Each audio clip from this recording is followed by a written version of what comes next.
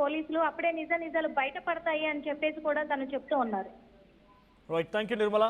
So మొత్తంగా బోడుప్పలకు చెందినటువంటి Vijaya Reddy and Surendra Reddy, Chaitan Reddy వీళ్ళందరూ కూడా ఒకే సంఘటనలో తల్లి, ఇద్దరు పిల్లలు, ఒక ఆడపిల్ల అండ్ ఒక అబ్బాయి, తల్లి ముగ్గురు కూడా చెర్లపల్లి గట్కేసర్ వెళ్ళేటువంటి రైల్వే స్టేషన్ల మధ్యలో రైల్వే పట్టాలపైన వెగతజీవిగా పడి ఉన్నారు. భర్త కొన దూరంగా ఉంటాడు, వేరే ప్రాంతాల్లో ఉద్యోగం చేస్తూ ఉంటాడు. సో ఇటు పిల్లలతో పాటుగా హైదరాబాద్లో ఉంటుంది, బోడుప్పల్లో ఉంటుంది ఆ సదరు మహిళ.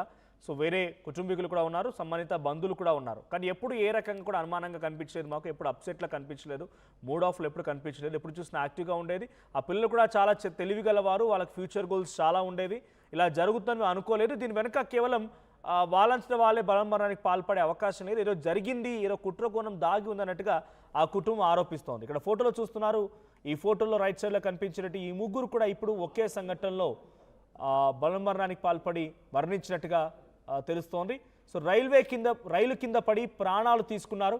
సో ఈ సంఘటనతో ఒకసారిగా కుటుంబంలో విషాదం నెలకొంది. అటు పోలీసులు కూడా కేసు నమోదు చేశారు. అటు భర్త వస్తే కానీ దీని విషయం పైన ఇంకా క్లారిటీ వచ్చేలేదు, అవకాశం లేదన్నట్టుగా పోలీసులు చెప్తున్నారు. విజువల్లో చూడొచ్చు, అదే ఇల్లు, ఆ ఇంటి దగ్గరే ఇప్పుడు వాళ్ళు ఉండేవారు. ఆ ఇంట్లో నుంచే ఇప్పుడు వెళ్ళిపోయి వారు బలమరణానికి పాల్పడ్డారు.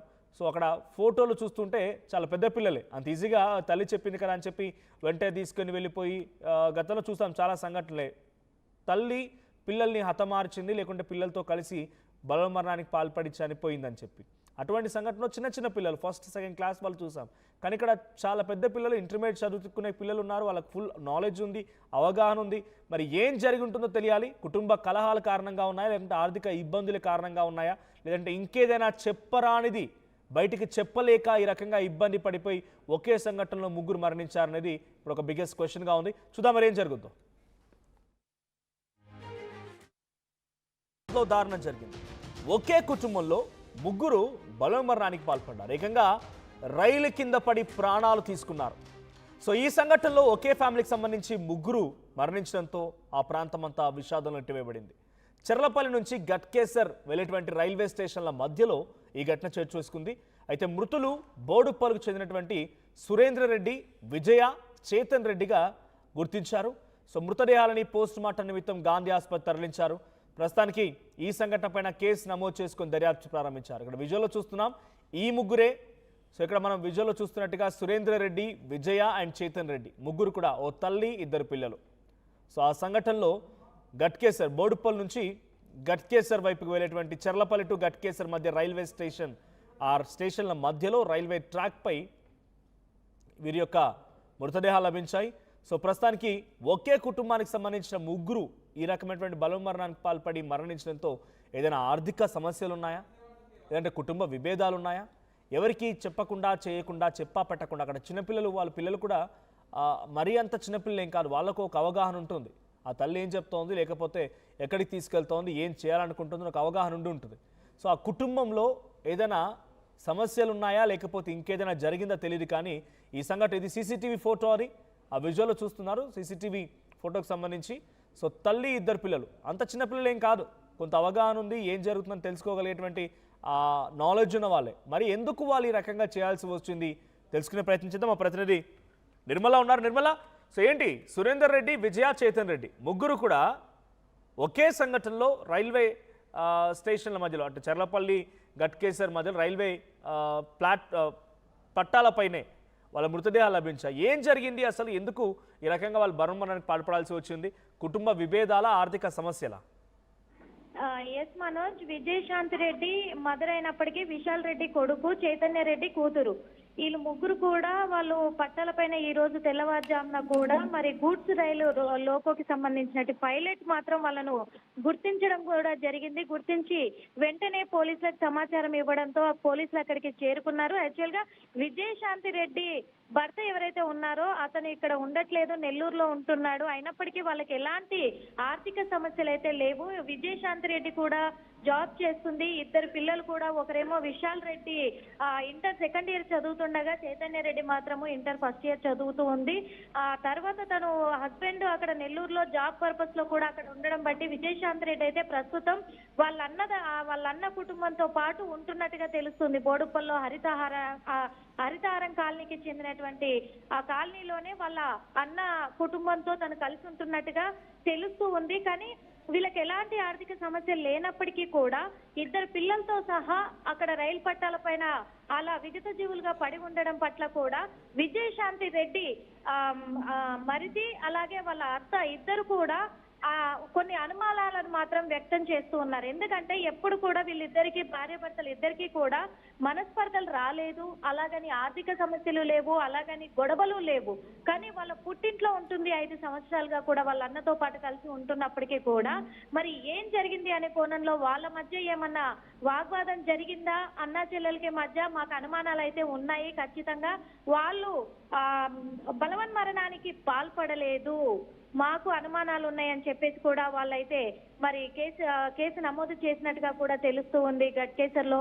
అలాగే కానీ ఇక్కడ వాళ్ళ ఫోటో ఏదో కనిపిస్తోంది, అది సీసీటీవీ ఫోటోలో కనబడుతోంది, వాళ్ళంతా వాళ్ళే వెళ్ళారు అన్నట్టుగా ఓ చర్చ అయితే స్టార్ట్ అయింది. ఎందుకు అంటే ఏం సమస్యలు ఉన్నాయి? భార్యాభర్తల మధ్య విభేదాలు ఏమైనా ఉన్నాయా? కొంచెం దూరంగా ఉంటున్నారు కాబట్టి అప్సెట్లో ఏదైనా ఉన్నారా? ఒకవేళ ఆ భార్యకి అలా ఫీల్ అయితే పిల్లలతో పాటుగా వెళ్ళిపోయి బలవన్మరణానికి పాల్పడాల్సిన అవసరం ఎందుకు వచ్చింది? ఎస్ అయితే భర్త ఇప్పుడు దూరంగానైతే ఉంటున్నాడు. ఆ భర్త దూరంగా ఉంటున్న కోణంలోనే పోలీసులు అయితే ఎంక్వైరీ మొదలు పెట్టారు. డీసీపీ శిల్పవల్లి కూడా చెప్పడం జరిగింది. ఎందుకంటే ఇప్పుడు తన భర్త ఇక్కడికి వస్తేనే విషయాలన్నీ కూడా నిజాలన్నీ బయటకు వచ్చే అవకాశం ఉంది కాబట్టి తనని పిలిపించే ప్రయత్నం చేస్తున్నాము. ఇద్దరి మధ్య ఏమైనా గొడవలు జరిగాయేమో అని తెలుసుకునే ప్రయత్నమే చేస్తున్నాము. ఇంకో విషయం, వీళ్ళ ముగ్గురు ల్యాప్టాప్లు కూడా పోలీసులు స్వాధీనం చేసుకున్నారు. అక్కడ రైలు పట్టాలపైన వీళ్ళు పడున్నప్పుడు మాత్రం వీళ్ళ దగ్గర ఎలాంటి ఫోన్లు కానీ విలువైన వస్తువులు కానీ ఏవి కూడా వాళ్ళ దగ్గర లభ్యం అవ్వలేదు.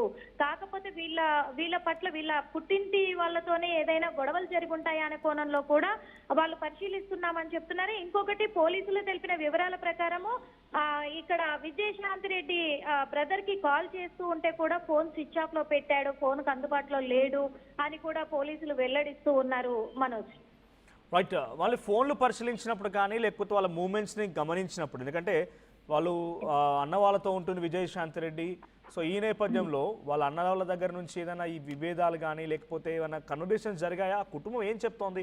ఏ రకంగా అనుమానాస్పదంగా జరగకుండా డైరెక్ట్గా వెళ్ళిపోయి ఈ రకంగా వాళ్ళంతటా వాళ్ళే ఈ స్థితిలో మరణించడం అనేది ఎవరు ఊహించరు. సో ఏదో ఒక ట్రిగర్ పాయింట్ ఉండే ఉంటుంది. ఏకంగా చేతికి అందొచ్చిన పిల్లలు ఇంటర్మీడియట్ చదువుతున్నారంటే చిన్నపిల్లలు ఏం కాదు.